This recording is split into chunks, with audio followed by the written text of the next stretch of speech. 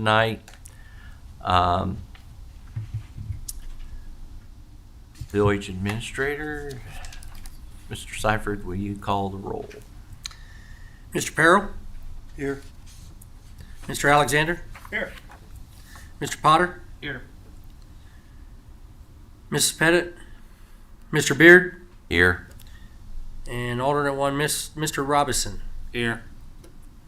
And then go ahead and show that alternate two's here also. Yes. Mrs. Henneman. Yes. Okay, if you will, please rise and join with me in the Pledge of Allegiance.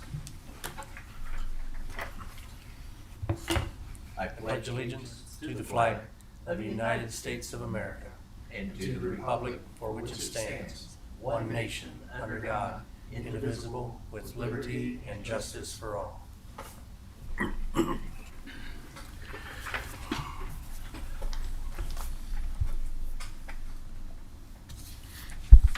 I'll explain the BZA process. Each case, and we have one case tonight, each case will be introduced by myself. The case background information will be presented by the village administrator designee.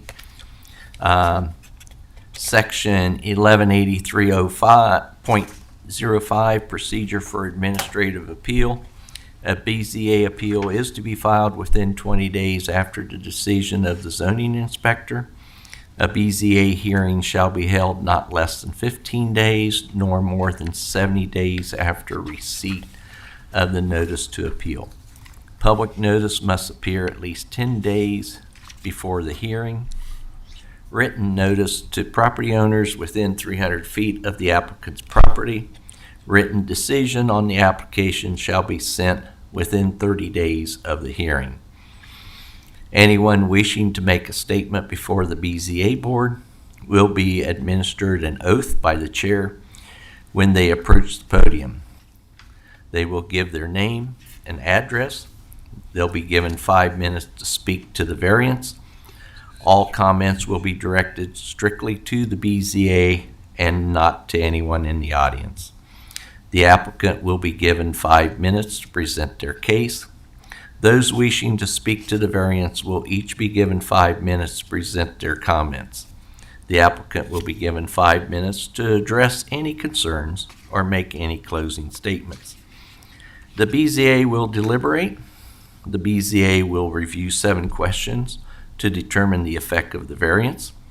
The BZA may direct questions to the applicant for clarification or additional information. The BZA has the prerogative to approve with modifications, deny, or pass on the variance. A pass is to allow the BZA to gather more information from the staff and or applicant and reconvene within 30 days to make a final decision. So tonight we have BZA case 2025-02. Is that correct, Mr. Seifert? Yes. Okay. The applicant name is Adrian Sergel. Adrian. Adrian? Misspelling, yeah. Okay. Address of property for which variance is being requested is 210 East Main Street in Enon. And with that, Mr. Seifert, if you present the case. A letter has been submitted to the board from Adrian Shergill, business owner of 210 East Main Street. Mr. Shergill is requesting a 3-foot variance side setback to the east side of the property. Enon Codified Ordinance Section 1167.04E states that a detached accessory building shall be at least 6 feet from the side and rear lot lines. Per Ordinance 1183.05, 10 days notice was given to the Springfield newspaper 6/29/25. 10-day notice to the property owners within 300 feet 6/29/25. Packets to the board 6/29/25. Letters to the owner 6/26/25 and posted on Facebook 6/26/25. The picture up on the screen is an aerial of 210 East Main Street, kind of tough to see, and that's the last queen. And the next picture is where the container is going to be on the east side. This is the east property line between him and the house next to the fire department. So the shipping container is going to go on the east side attached to the building, which here it says 4 feet. Is that correct? It might be closer to 4. Okay, so 3 to 4 feet away right now. So that's why we're requesting the variance. As it heads north, then naturally you can see the property line angles off to the east. So this measurement is kind of a moot point after how many feet do you I think approximately? it's maybe about 10. So after approximately 8 to 10 feet, we're within the guidelines of the setbacks. So it's just basically this rear corner here closest to the property line. Here's a kind of an aerial of where it's kind of going to sit. Once again, this house and then the fire department's on east, just to give you kind of a idea of where it's going to sit at. So that'll be it.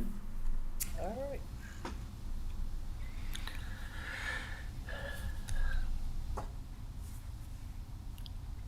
Okay, with that, Adrian, we will have you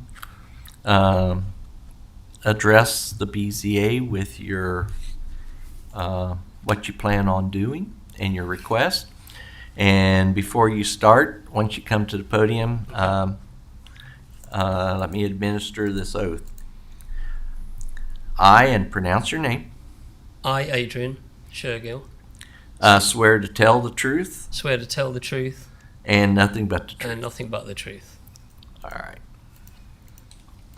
You have 5 minutes to present any information you'd like to share with us. Sure. So the good problem that we have at the pub is that we are very, very busy, and what's basically happened is we've run out of storage space. Right now I have a shipping container in the lot next door, but what it means is that my staff have to keep crossing the road with dollies and various things, and so potentially it's a bit of a hazard. It kind of concerns me a little bit, especially when the weather's bad. So my thought was, is by putting the shipping container in this space, it just means they only have to come out the garage door and load up the various bits and pieces. So it's a storage unit which will have dry goods, non-perishable goods in tins and cans, and various things like that. So just general day-to-day operation of the restaurant.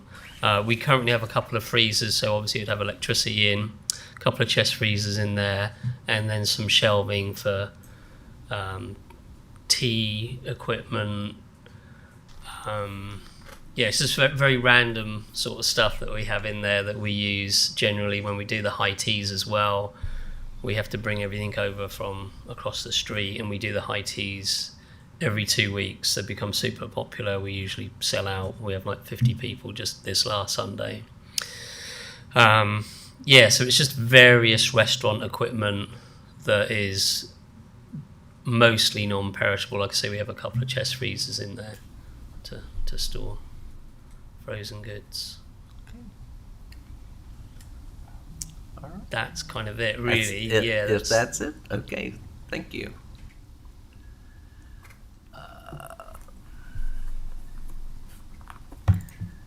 All right. Since there's no... I Yes. did have one comment. I did, Okay. the owner of the house, Mr. Babcock, called me. He cannot be here tonight. He did want to allow me to view his opinion that he has no problem with this, since he is the owner of the property. Okay. He did talk to Adrian. He did tell me, so they are both aware of kind of what's going on in the plans, but Dave has no objections to anything, so. Okay, thank you. All right. When you say Mr. Babcock is the owner of the house, you're speaking of the house that's attached to the last queen, not the one next door that the Right, that the township owns. right. Yeah. I'm sorry, yes. Okay. He And I owns have the not heard- business, Mr. Babcock owns the property. I have not heard any comments from anybody else, township or anybody, so. Okay. All right. If you want to have a seat, Yeah. we'll just start since we don't have any other individuals attending this, we will move into our deliberation. One of the first questions we review is whether the property will yield a reasonable return or whether there can be any beneficial use of the property without the variance. I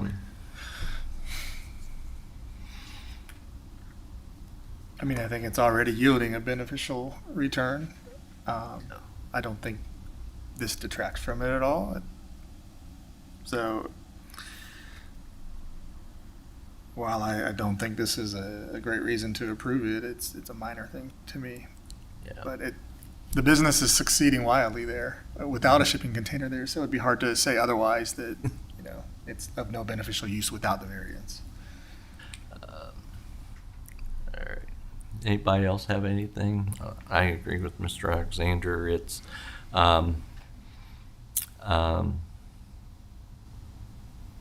I think will be beneficial for the use of the property, so because you'll have your storage closer to where you need it. Will this be a second container, or are you going to move the one that's across the street back It would there? be another container. Okay. Okay. The next question is whether the variance is substantial. It is about a 50% variance, but it's, my opinion, it's for a very short distance. Yeah, just for those 8 feet. The variance is supposed to be, setback is 6 feet, and the variance is asking for 3 to 4 foot setback. I also permitted. think that property line already has a house that directly abuts it. Which It's seems quite odd that possible. we're talking about a variance on the other side of that property line. Considering the age of the village, we've got Might be grandfathered in. yeah, we've got. I'm sure it is, but yeah, maybe it speaks to Yeah. character. Like the property line is already very Right. close to structures. That's like in Old Enon, I have a building that's actually sits right on the corner of the right of way. So I mean, it's been there for 75 to 100 years. So, okay. Third question is whether essential character of the neighborhood would be substantially altered or whether adjoining properties would suffer substantial detriment as a result of the variance. Already a privacy fence, correct? Yeah, there is a privacy fence between. Yeah, Yeah, and it's actually going to be pretty well hidden. I don't know that. No, I don't think you'll see it it's- unless you're in the second floor. I don't. Pull his mic down. Pull his mic Oh. down, yeah. There you go, thank you. I don't think anyone's going to really notice it. I don't either, and I think if anything, it's going to improve what that area looks like if you were even looking at it. So it helps the character, in my opinion.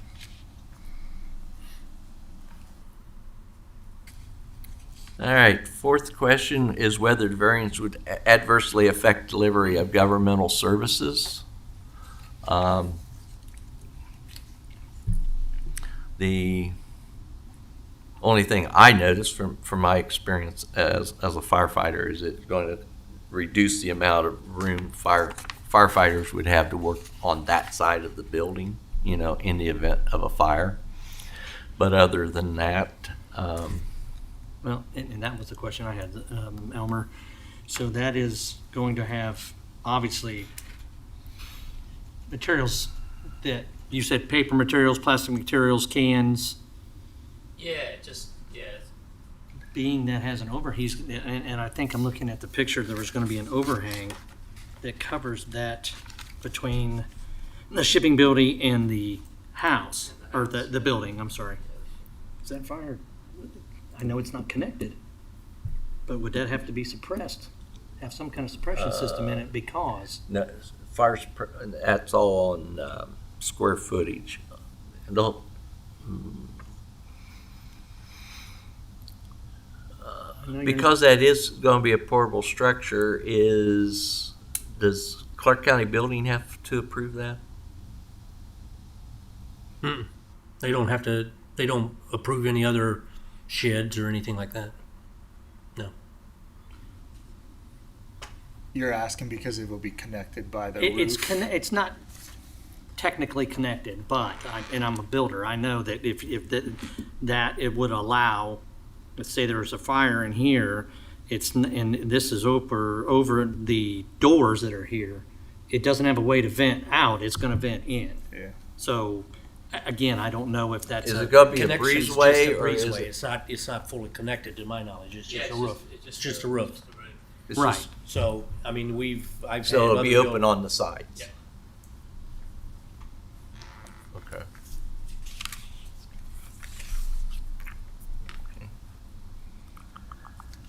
Fifth question is whether the property owner purchased the property with knowledge of the zoning restrictions. In this case, we're probably talking mostly the business owner being aware of it. And I believe in your application, you indicated you were not, correct?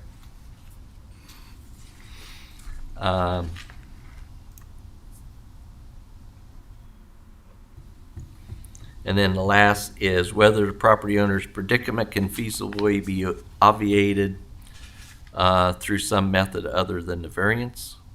And what other options have you considered that would not require this variance? I think we all know that the house takes up the majority of the property, the current building. You don't really have a lot of room for expansion. Right. So. Okay. Does anybody have any? Oh, and then the last question is whether the spirit and intent behind the zoning requirements would be observed and substantial justice done by granting the variance.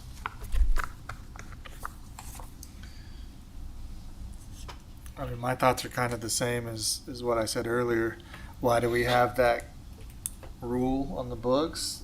I mean, you want to have a little bit of space between properties, but right now it's already super tight. It's very kind of enclosed there's a fence. So for what the law was aiming at, I just think it's not even applicable in this particular case because it's already, the property line's already being broached by the other property. Yeah.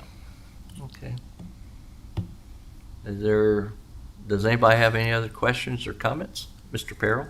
What is the shipping container? What's it made out of? Steel. It's made out of steel, Yeah. top and bottom everywhere. The whole thing. It's basically like a steel can. Okay. It's a semi without that- wheels, So then that would eliminate the fire Oh problem. yeah, it's pretty. As long as the door's shut. as long as the Yeah. door's shut. Yeah. If the door's open, then yeah. Oh, yeah. But yeah, you could quickly contain it by closing the doors. Yep. And it's not going to spread, Exactly. It's not, everything would be contained right there. right? Okay. Any other questions or comments from the board? All right. So we're at the point where we call for a vote by the board. Motion. I would move to approve the variance request. Second. I have a motion and a second to approve the variance request. And I'm basing that on factors 2 and 3, that it's It's not a substantial variance, and the character of the neighborhood won't be substantially altered. Okay. Is there any further discussion? If not, Mr. Seifert, call the roll. Mr. Perro? Yes. Mr. Alexander? Yes. Mr. Potter? Yes. Mr. Beard? Yes. Mr. Robinson? Yes.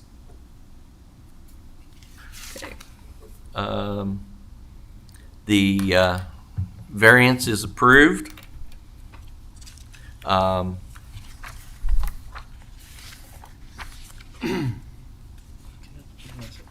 Yes. How you getting that in there? It's going to slide in, so the truck will have to come round, and we'll just have to take off a couple of panels. Oh, on the fence. Okay. Yeah, and then we'll just put the panels back. Okay. Good question. All You can right. crane it in there, but it's gonna be expensive. Just for the record, our decision may be appealed per 1185.06. Any notice of intent to appeal the BZA decision is to be made within 5 days of the decision, and the application for appeal shall be filed within 15 days. It will require 5 votes from council in the affirmative to reverse or modify the BZA decision. With that, if there's no further business, Adrian, I just want to say thank you for investing here in Enon. I remember talking to you before this was happening. I'm like, a restaurant right in downtown Enon. Okay. But it's been a great addition. We really appreciate what you're bringing to this community. So thank you. We found doing a few things more as well, so that'll be exciting. I appreciate it. Great food too, by the way. Thank you. Yes. Well, we appreciate the love from the village, so it works both ways. with that, this meeting is adjourned.